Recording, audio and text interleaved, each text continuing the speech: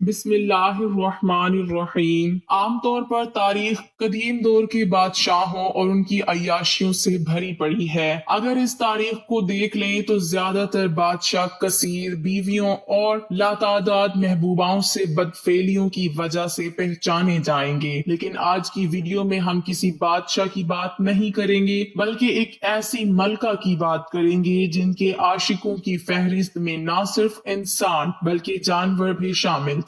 اس ملکہ کا تعلق روس سے تھا جس کو کیتھرائن دی گریٹ کے نام سے جانا جاتا ہے۔ اس نے روس پر تقریباً 34 برس حکومت کی۔ ملکہ کیتھرائن ان چند حکمرانوں میں سے ایک ہے جن کے نام کے ساتھ دی گریٹ یعنی اعظم کا لقب لگایا جاتا ہے۔ کیتھرائن کا اصلی نام صوفی فریڈرک آگسٹ تھا۔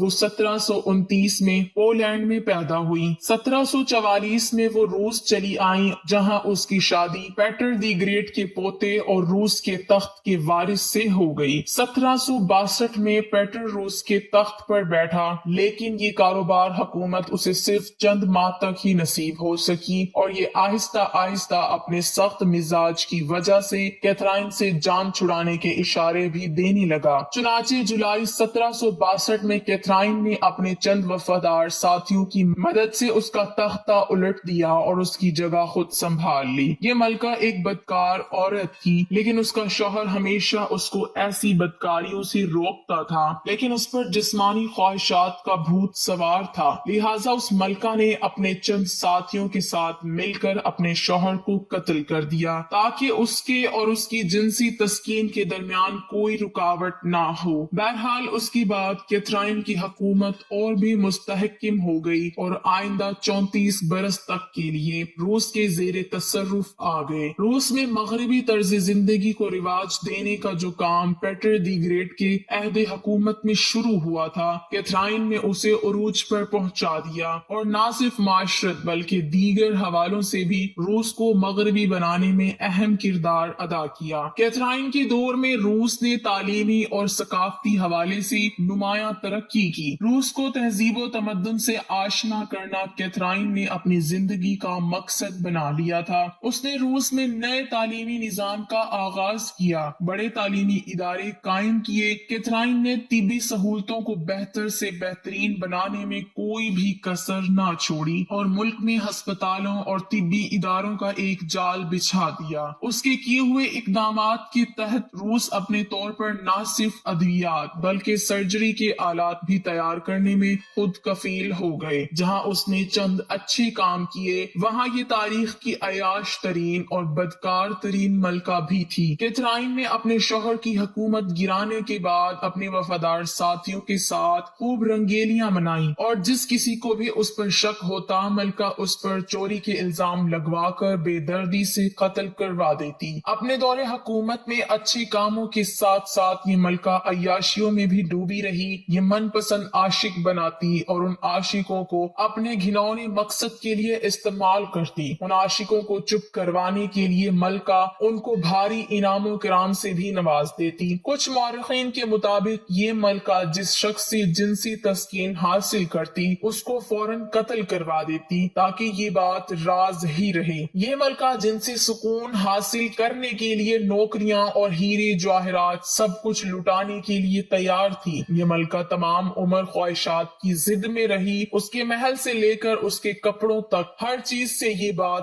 ثابت ہوتی ہے کہ ملکہ کس حد تک جنسی ہوس میں مبتلا تھی۔ روز بروز نئے عاشق پرانے عاشقوں کی جگہ لیتے رہتے۔ اس کے عاشقوں میں ایک فوجی افسر بھی شامل تھا۔ اس فوجی کے ملکہ سے تعلقات اقتدار میں آنے کے بعد قائم ہوئے جو تمام عمر برقرار رہے۔ یہ شخص ملکہ کے لیے اس قدر اہم تھا کہ ملکہ سے ہم بستری کرنے والے شخص کا انتخاب بھی یہی فوجی افسر کرتا تھا۔ ملکہ کی ایک خاص خادمہ بھی تھی جو ہر اس نوجوان کے ساتھ ہم بستری کرتی جس نے بعد میں ملکہ کے ساتھ ہم بستری کرنی ہوتی تھی۔ اگر یہ نوجوان ملکہ کی بتائی ہوئی توقعات پر پورا اترتا تو اس نوجوان کو ملکہ کے پاس بھیج دیا جاتا، ورنہ اسے فوراً محل سے برخاست کر دیا جاتا۔ کچھ عرصے بعد یہ خادمہ ملکہ کے کسی خاص عاشق کے عشق میں مبتلا ہو گئی۔ جب ملکہ کو اس بات کا پتہ چلا تو اس نے فوراً اپنی خادمہ اور اس کے عاشق کو جلا وطن کر دیا، لیکن لیکن بعد میں اس کی جگہ کسی اور خادمہ نے لے لی۔ یہ عیاشیوں اور بدکاریوں کا گندا ترین دور ملکہ کی موت تک یوں ہی جاری رہا،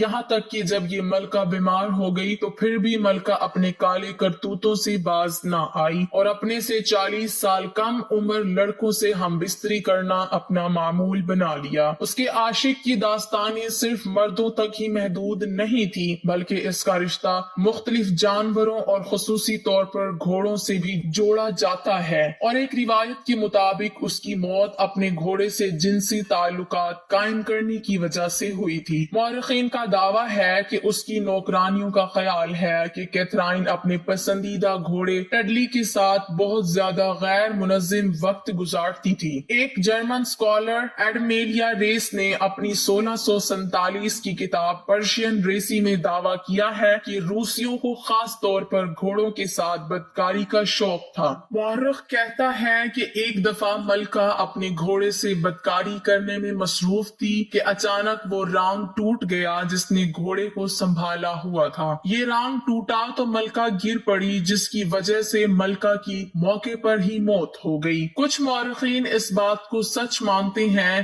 لیکن کچھ کا کہنا ہے کہ اس کی موت دل کا دورہ پڑنے سے ہوئی تھی۔ ان میں سے بعض یہ بھی کہتے ہیں کہ 1796 میں فالج کے اچانک حملے سے ملکہ کیتھرائن کی زندگی ختم ہو گئی۔ حقیقت جو بھی ہو، مگر اس ملکہ کے ان سب کارناموں کو چین نے ہمیشہ کے لیے تاریخ کا حصہ بنا دیا ہے۔ یہ تو تھی تاریخ کی بدترین اور عیاش ترین ملکہ جو اپنی عاشقی معشوقی کی وجہ سے تاریخ کا حصہ بن گئی، لیکن اب بات کرتے ہیں تاریخ کی ایک ایسی امیر لیکن غلیظ ترین ملکہ جس کی کہانی سن کر آپ کے رونگٹے کھڑے ہو جائیں گے۔ اسپین میں جگہ جگہ اس کے مجسمے نظر آتے ہیں اور یورپی سماج میں اس کا نام نہایت احترام سے لیا جاتا ہے، لیکن دوسری طرف آج بھی یہ ملکہ مسلمانوں کے نزدیک یزید و فرعون جیسی شہرت کی حامل ہے۔ میں بات کر رہی ہوں کیسٹائل کی ملکہ ایزابیل کی، جو اپنی سخت طبیعت اور کینہ پروری کے سبب مشہور ہے۔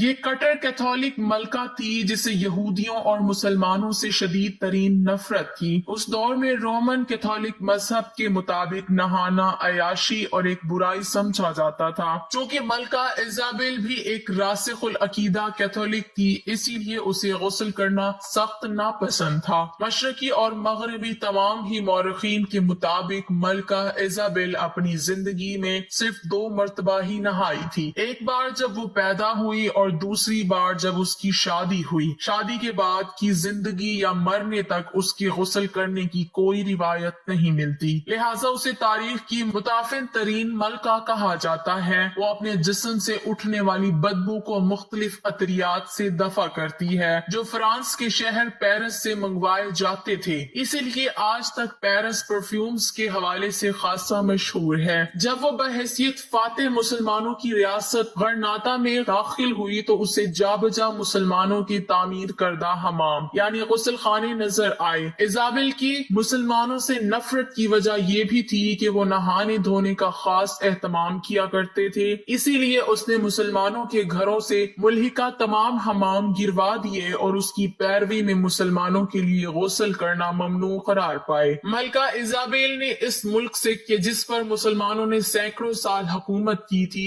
وہاں سے ان کا نام و نشان تک مٹا دیا۔ ایزابیل اس عمل کو نہ صرف مسلمان بلکہ یورپی مورخین بھی وحشیانہ اور قابل مذمت قرار دیتے ہیں۔ اس واقعے کے چند سال بعد یہ صفات ملکہ ایزابیل 1544 عیسوی میں مر گئی۔ اس کے دونوں لائق بچے جلد ہی موت کا شکار ہو گئے، جبکہ اقتدار اس کی تیسری بیٹی جونا آف کیسٹائل کے ہاتھ لگا۔ یہ ملکہ یعنی جونا آف کیسٹائل بھی اپنے پاگل پن کے حوالے سے خاصی شہرت کی